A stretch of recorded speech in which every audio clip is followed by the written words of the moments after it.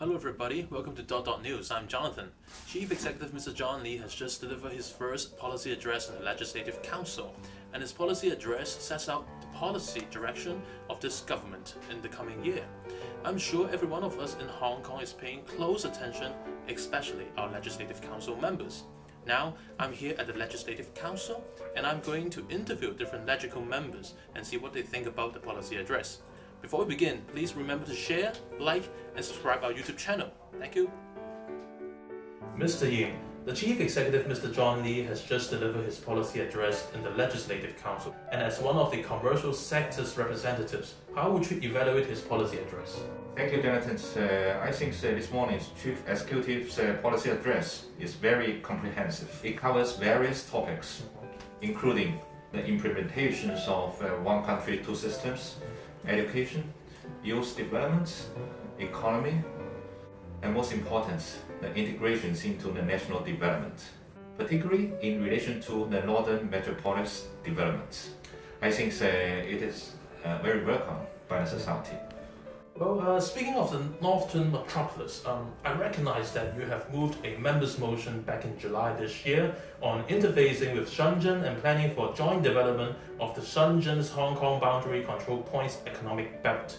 Do you think the Chief Executive has adopted some of your ideas into his policy address?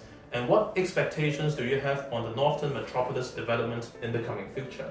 I'm very glad to see that one of the main focus of Chief Executive's policy address includes the developments of northern metropolis.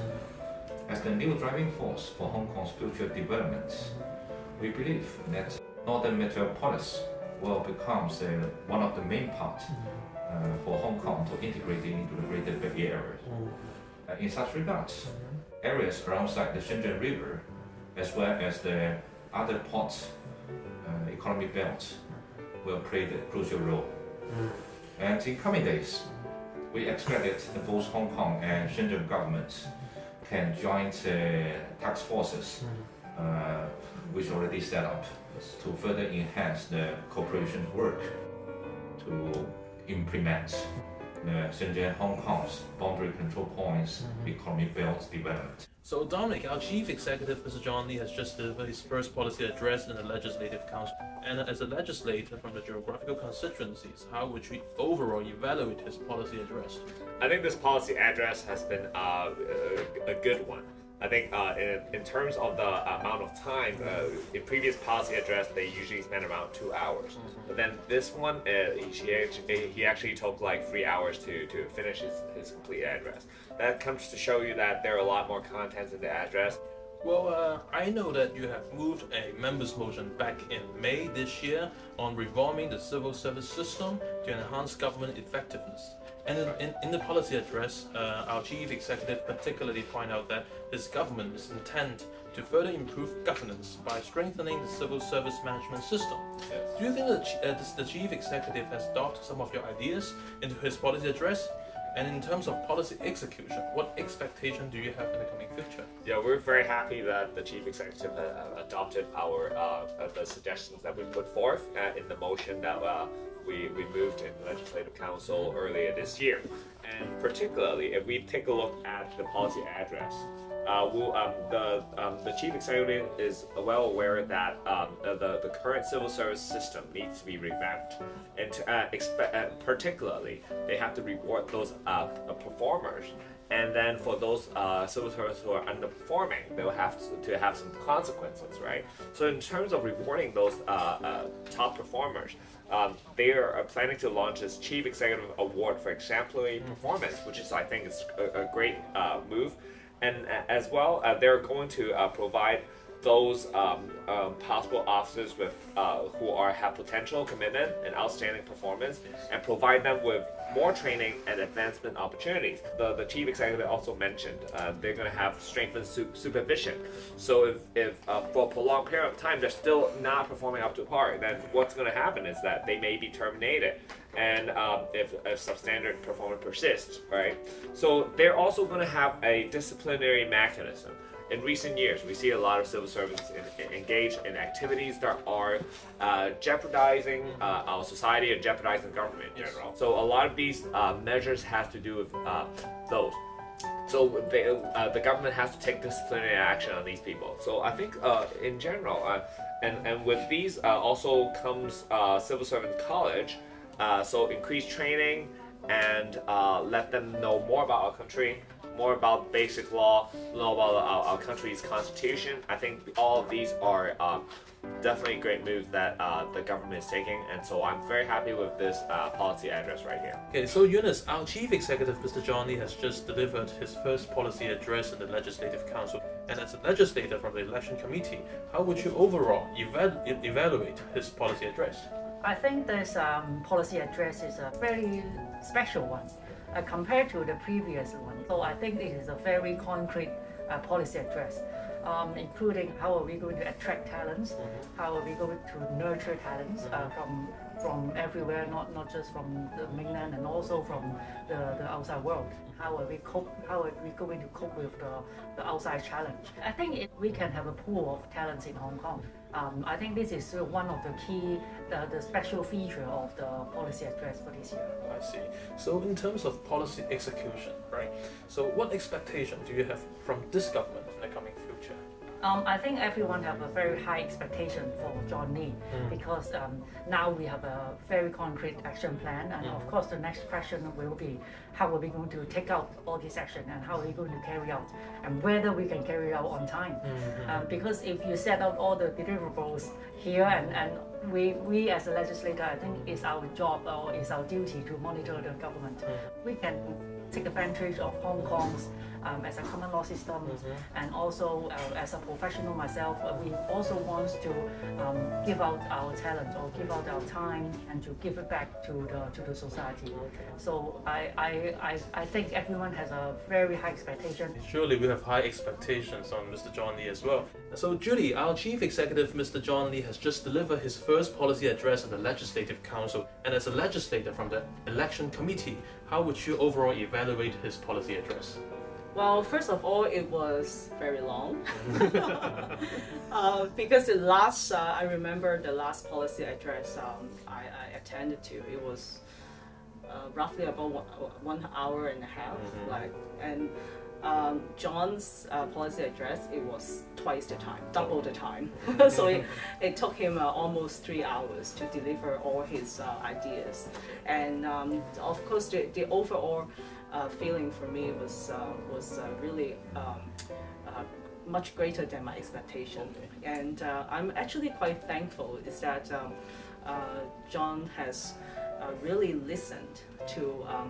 Well, first of all, he has attended many public consultations in the past few months, and not only that he attended, he also listened to everyone's idea, and he took quite a lot of the suggestions that he was provided, he was given in the consultations.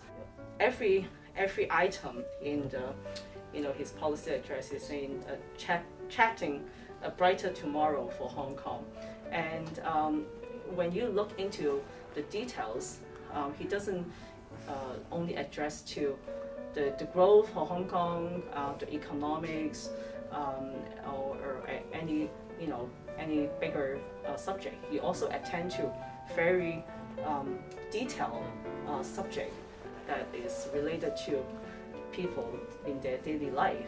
But Judy, I know that you were also district councillor before, and in this policy address, the CE has actually put some insight on the district governance, for example. So do you have any insight on that?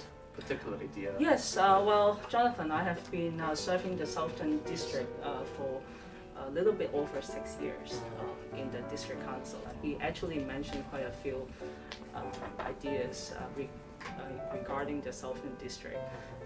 The one that we actually have been wanting for quite some time is the Round Island Trail.